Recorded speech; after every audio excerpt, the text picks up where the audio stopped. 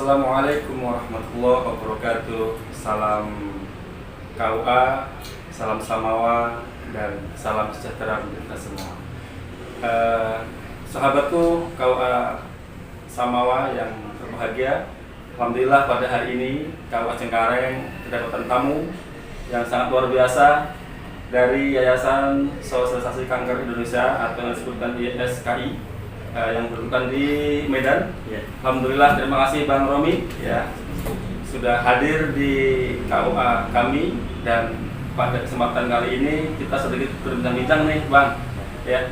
Insya Allah ini penting untuk masyarakat semua, dan penting terutama bagi calon pengantin ya, karena yang akan memasuki rumah tangga harus tahu bagaimana terkait dengan kesehatan yang harus kita jaga. Terima kasih nih Bang Romi ini ya. Dari terkait dengan kanker ya, kanker ini semakin tahun kelihatannya dalam survei ini semakin meningkat dan makin tinggi ya. Maka dari itu Bang Romi, ini belakangkan Bang Romi, namanya Romi Ronaldo SKM, dari Yayasan Sosialisasi Kanker Indonesia yang berkantor di Medan. Alhamdulillah jauh dari Sumatera Utara ya. Bang Romi ini Bang, kami minta sharing saja Bang ya terkait dengan apa sih yang namanya kanker itu Bang? Iya. Mungkin sedikit pengalaman singkat. Oke. Baik, mungkin kalau misalkan kita berbicara tentang kanker, nah mungkin yang terlintas pikiran kita adalah kantong kering ya, enggak Pak ya? Enggak Bu. Nah, jadi kalau misalkan kanker dikatakan sebagai kantong kering, itu benar juga Pak Bu. Kenapa? Karena siapa saja nantinya yang sudah pernah penyakit kanker itu Pak, nah itu nanti dia pengobatannya mahal, bisa menghabiskan dana, gitu ya.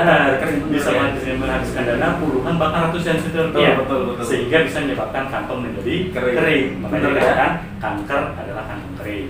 Namun kalau misalkan kita tinjau dari aspek medisnya, dari kesehatannya Pak, nah kanker itu adalah suatu perubahan sel normal menjadi tidak normal atau abnormal, di mana kanker ini bisa berawal dari tumor Pak. Dan tumor itu sendiri ada dua jenis. Yang pertama adalah tumor jinak, yang kedua adalah tumor ganas. Dimana kalau tumor jinak itu sifatnya pertumbuhannya lambat, dan bila tidak ditangani secara cepat maka nanti akan berkembang jadi tumor ganas. Kalau sudah berubah menjadi tumor ganas, baru yang kita namakan dengan kanker. Nah, jadi kanker itu Pak intinya sama dengan tumor ganas. Jadi kalau misalkan dia masih tumor jinak itu belum kanker. Tapi kalau sudah berkembang tumor ganas baru disebut kanker. Itu penyakit yang sangat berbahaya tuh ya. Penyakit yang sangat tinggi ini bahayanya. Tapi kalau yang bicara tentang penyakit pasti ada faktor-faktornya. Betul. Apa tuh faktor terjadinya kanker itu Bang? Pemicunya apa Bang? Secara umum itu ada 4 faktor utama pemicu terjadinya kanker di tubuh kita.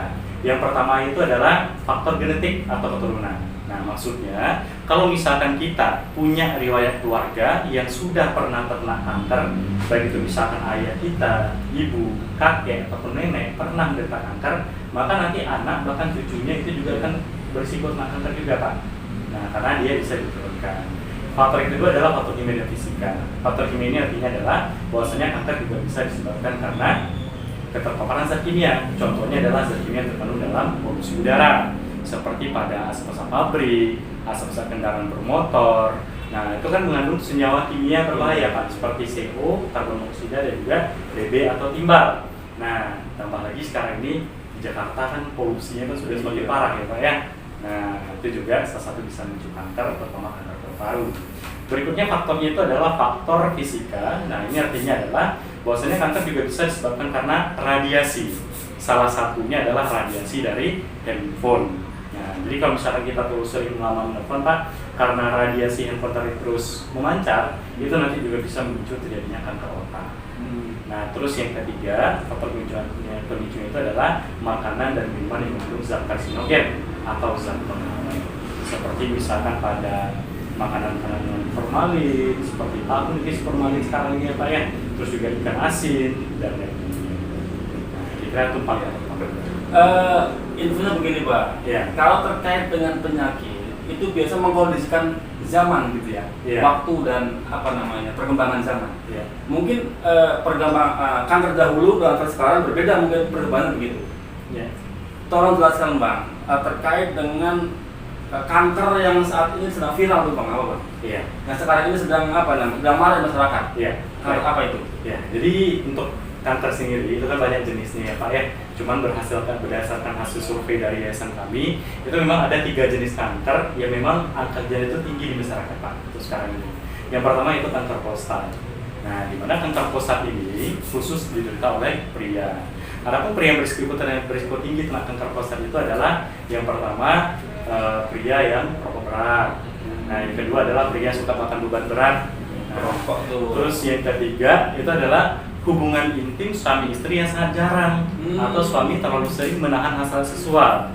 Nah, jadi di sini saya infokan juga kepada Capin atau calon pengantin nantinya yang akan berumah tangga ya Pak ya. Nah, ini peringatan juga nih untuk si calon istri gitu ya. Nah, jadi nggak boleh juga pelit-pelit dalam memenuhi kebutuhan suami. Karena itu salah satu juga untuk nafkah batin yang pahalanya tadi gitu ya. Iya. Penghilangkan kanker juga. Betul. Nah, itu yang mengenai kanker prostat. Nah, yang kedua yang tinggi sekarang ini Pak yaitu kanker serviks atau kanker rahim. Nah, ini merupakan salah satu momok bagi perempuan ya Pak ya. Nah, siapa saja wanita yang berisiko tinggi terkena kanker pada rahim atau serviks ini? Yang pertama adalah wanita yang sering melakukan hubungan seksual tanpa pernikahan. Nah, ini pentingnya ya untuk Capin. Di sini kami ingatkan lagi. Nah, bahwasannya kalau misalkan belum sah, nah nggak usah dulu jauh-jauh dulu dari seks bebas karena itu juga salah satu pemicu kanker dari serviks atau rahim. Nah, yang berikutnya adalah karena itu ini yang sudah menikah itu hubungan seksual yang tidak sehat itu juga bisa memicu terjadinya kanker dari rahim. Terus yang ketiga, nah itu karena ini males atau sering menunda-nunda mengganti pakaian dalam yang sudah lembab Pak, yang sudah basah. Nah, yang namanya wanita itu kan juga beraktivitas ya Pak ya. Nah, jadi mungkin karena aktivitasnya terlalu sibuk atau pekerjaannya terlalu banyak gitu ya, sehingga pakaian dalamnya terasa lembab atau basah. Nah, jadi pada pakaian dalam yang sudah terasa lembab atau basah tadi, itu akan mengundang berkumpulnya bakteri, kuman, jamur pada bagian permukaannya, bahkan juga virus. Itu juga faktor pemicunya. Terus jenis kanker yang ketiga itu adalah kanker payudara. Nah, ini yang berisiko adalah wanita yang sering bekerja shift di malam hari, terus juga wanita atau ibu menyusui. Nah, yang sudah di mana dia menyusukan anaknya itu Pak hanya dengan sebelah payudara saja. Dan yang ketiga adalah wanita yang obesitas atau pemuda. Nah, itu yang 3 jenis kanker yang marak sekarang di masyarakat. Penyakit itu kan biasanya menyerang nih kepada kaum tertentu. Untuk kanker sendiri itu siapa sih yang berisiko tinggi akan terjadinya akan mendapatkan kanker? Iya. Siapa tuh Pak? Jadi seperti yang sudah saya jelaskan tadi Pak, lagi kalau misalnya kanker prostat itu kan yang berisiko itu adalah laki-laki yang merokok. Terus tadi juga yang hubungan seksual yang sangat jarang. Kalau misalkan tuh yang perempuan itu tadi yang tidak menjaga kewanitaannya, terus juga yang melakukan seks bebas. Nah, kalau untuk payudara, nah itu yang wanita yang menyusui atau dinyusui, tapi yang menyusui dengan sebelah payudara saja, dan wanita yang obesitas atau pemuda. Oke, jadi semua penyakit itu kan mungkin ada sebabnya gitu. Iya. Ada cara-cara juga untuk menghindari hal itu, penyakit tersebut. Baik dari kalangan tertentu maupun apalagi bagi Capin nih. Capin harus perhatikan terkait dengan bahaya kanker. Ya. Apa nih Bang, solusi yang dapat mencegah kanker itu Bang? Solusinya apa Bang? Baik. Nah, jadi memang karena kanker sekarang ini sudah makin berkembang di masyarakat ya Pak ya, jadi penting untuk kita untuk melakukan tindakan pencegahan.